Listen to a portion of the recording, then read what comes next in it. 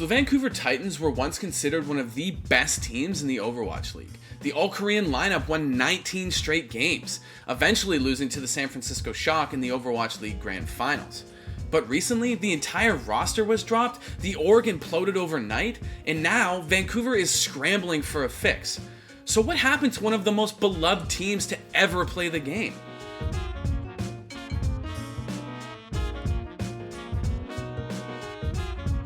Man, Keith, I have to thank you for giving me a heads up on Grubhub's contact-free delivery. I've been using it almost every day. It's super safe, and it's actually really easy to use. Man, I'm at least a little bit relieved to hear that. I was actually pretty worried about all the instant noodles you were eating. Dude, it was getting rough there for a second. My mom was calling me, it was a whole thing. But it doesn't matter, because with our current shelter-in-place guidelines, it's never been more important to support our favorite restaurants, which is super easy to do with Grubhub's daily perks. Wait, what do you mean by daily perks? Dude, it is fantastic. Every day you get $10 off an order of $30 or more on selected restaurants, which means I get food delivered safely to my door while also getting to support my favorite spots. Man, that sounds dope.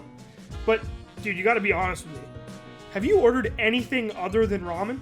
Listen, man, I don't want to talk about it anymore. Ramen does not matter. Let's just move on with the story, okay? Now, the Overwatch community knew something weird was going on when on April 19th, most of the Titans players removed all of the branding from their social media. And on April 30th, we got confirmation that things were seriously wrong when superstar off-tank Janu and head coach Pajon left the team. Then on May 4th, coach Andante left the team, and it only seemed like a matter of time before the rest of the dominoes fell. Which is exactly what happened 2 days later on May 6th, when the Overwatch League announced that the rest of the roster was being released effective immediately. The statement talks about how, due to COVID, the players returned home to Korea, where they were supposed to play a modified season online in the Asia Pacific division. Now, this was a drastic change in terms of how the players in the org were going to communicate, since Vancouver didn't have anyone on the ground in Korea to help them get things running. Our initial plan was for the team to join the Asian division and continue to play the new schedule from the comfort of players' homes. But it was quickly apparent that this created a whole new set of challenges. The time difference made it difficult for management and the home fan base to connect with the team, and technical challenges for the players playing from home further exacerbated this situation. On top of that, the living and playing conditions allegedly weren't up to standards, and apparently the Vancouver management didn't want to spend more money to upgrade, so the decision was made to release the rest of the roster. The Titan players wanted better resources in Korea. The Canucks organization that owns the Vancouver Titans were basically like, you have to deal with it. If you want to go home, be allowed you to go home. You have to deal with it this way, which led to this weird standoff, very awkward situation. And just like a lot of things with Overwatch League this season, it was really awkward, it was very sloppy, and it's ending in a mess. Well, this news certainly rocked the Overwatch community. Rumors had been circulating for a while that things weren't good in Vancouver long before COVID hit. But in order to make sense of what's happened here, we need to step back just a bit and take a look at the Overwatch League itself. Now, if you look at esports like CSGO, League of Legends, Dota, hell, even Rocket League, the biggest markets and some of the best talent are found in Europe, Korea, and China. And it's no different when it comes to Overwatch. In the early days of competition dating back to 2016, Korean Overwatch, specifically Apex, was as good as it got. And Runaway were one of the most popular teams that competed. From the colorful pink jerseys, the grassroots story of an owner trying to make a dream come true, to the bond the players had with each other, the fans absolutely loved what Runaway represented. I can't believe it. Runaway coming in on paper. Oh my. Such an underdog in the semifinal, and they will win it 3-2. Runaways going to the semifinals, and Runner He's so excited. He is breaking the booth. Now, imagine it's 2018 and you're an investor looking to buy an esports team. The Overwatch League is expanding, so you decide to spend a reported $30-something million to get on board, which is exactly what the Aquilini Group did. They would eventually buy the Vancouver Titans slot in the league, and then they went looking for a roster. Now, you think they'd realize that in this extremely global game, that hey, if we pick up a Korean-speaking roster, communication is going to be super important if we want to succeed. Out of the 20 teams that competed in the Overwatch League Season 2, only 6 had less than 3 Korean players on its rosters.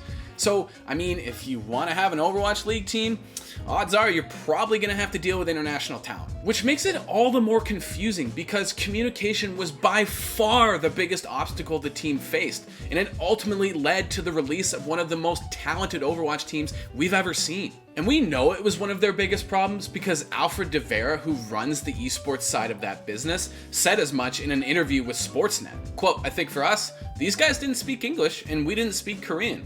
We had a translator that we hired on in the season of last year. He was in place as of June of last year.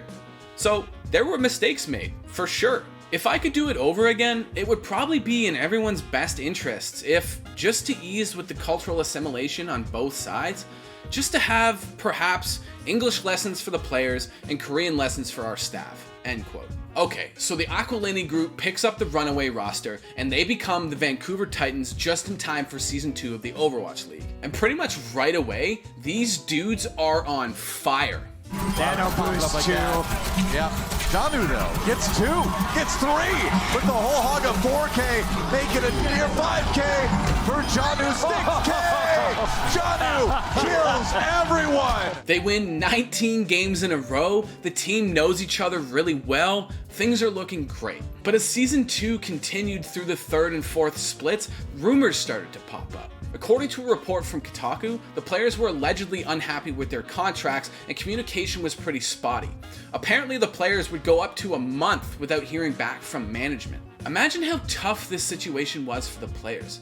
Not only do you have to compete at the highest level of your game, you're living in an entirely new country, you don't know anyone outside of your teammates and immediate staff, and you rarely hear back from the people that signed you in the first place. The entire run of the Vancouver Titans seems like a series of fumbles and missed opportunities, starting with creating a tangible identity for the team. If you look at the New York Excelsior as a comparison, here's an entirely Korean-speaking roster that came right out of the gate trying to build something fans could love. They had translated interviews, hell, they had an hour-long documentary helping you get to know the players. This behind-the-scenes look will give you unprecedented access inside the workings of the team and how they grew from middle of the pack to having the best record in the Overwatch League. Vancouver had none of that, despite having one of the most beloved rosters and loyal fan bases in all of Overwatch history. And that is how this fell apart last week. The Vancouver Titans picked up an entirely new roster days after announcing the release of the old squad. And now, the organization has to rebuild entirely on the fly and try to find a way to compete against the Overwatch League's best teams.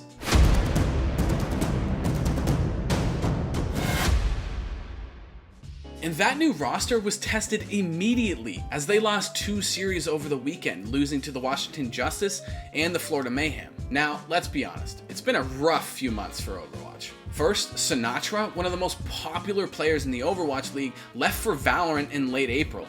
And now, you have one of the most beloved rosters in the league with no home. The Overwatch League is dying has become a bit of a meme at this point. But with this recent news, the fact that other Contender Series teams are folding, and the fact that other talented pros like World Cup winner Corey are leaving for Valorant, it's hard to deny that the Overwatch League feels like it's in a bit of a free fall.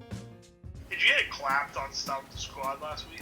Okay, I got clapped for a while, no, just gonna admit that, there's no denying it. What really pissed me off and kind of gave me that spark was the fact that they were like, over under, Devin can't get 10 kills, we'll give him a beer if he doesn't, he owes us beer if I don't. And I got very angry, even though I was still like happy on stream. I'm like, y'all want to doubt me? Alright. And then I popped off, I had like 22 kills. So now everyone owes me beer and it's fantastic.